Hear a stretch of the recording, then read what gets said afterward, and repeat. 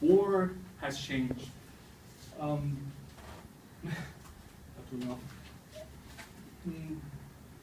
How we wage and why we wage war is dependent on the development level and the culture of our society.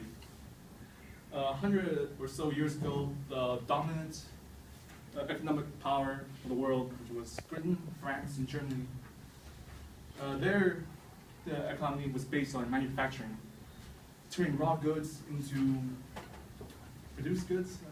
That's right. That kind of development is reflected on their military. They would consume the able young men and churn them out by the millions into soldiers, infantrymen, riflemen. Alongside the manufacturing was the arrival and emergence of airplanes.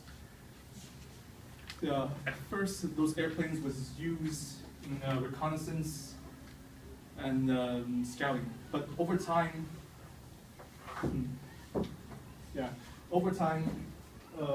the generals decided to, well, equip them with the weapons, like pistols. Like literally, the generals would ask their pilots to carry pistols and bombs. Like, imagine you're fresh out of the academy and you were told to get on this plane that you never ride a plane in your life. You're the first 1,000. You're the first 1,000 person to ever fly a plane, and you were told to carry that bomb to the right and drop it against the enemy. This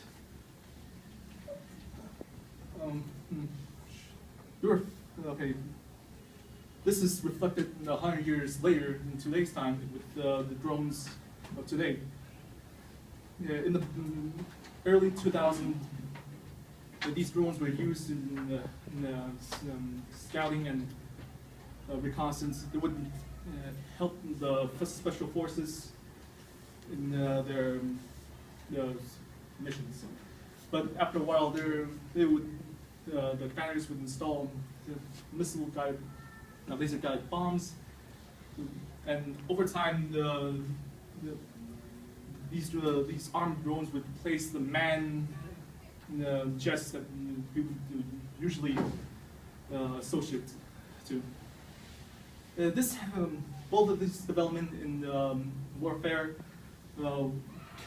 dehumanizes war even more.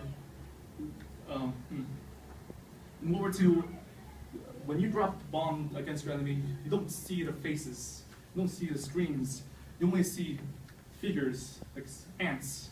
So you don't associate, you don't empathize with them, and you're more, all right. Just keep going. Okay. All right. Okay. Now with drones, you don't see the faces either. You see pixels.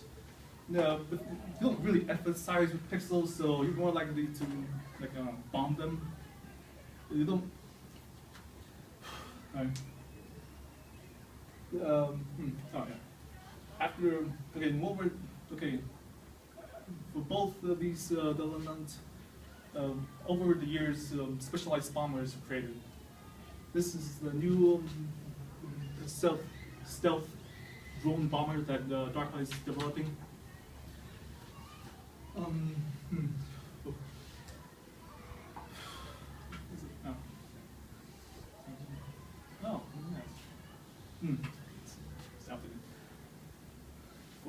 Okay, so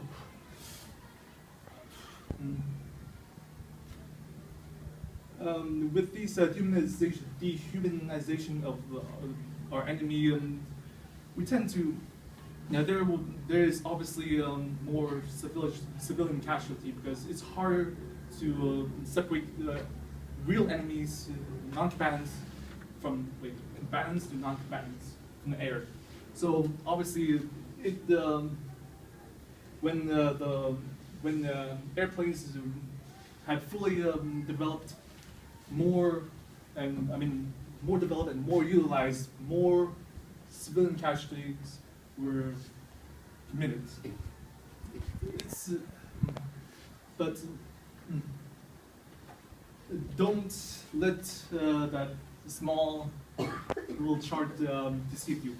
We would today we would kill 10 civilians for every insurgent we kill, and that's kind of unacceptable because it's pretty messed up killing like 10 innocent people to get one guy. But even with all these civilian casualties, the death has dramatically decreased. Like, look at this. You can't even see the chart.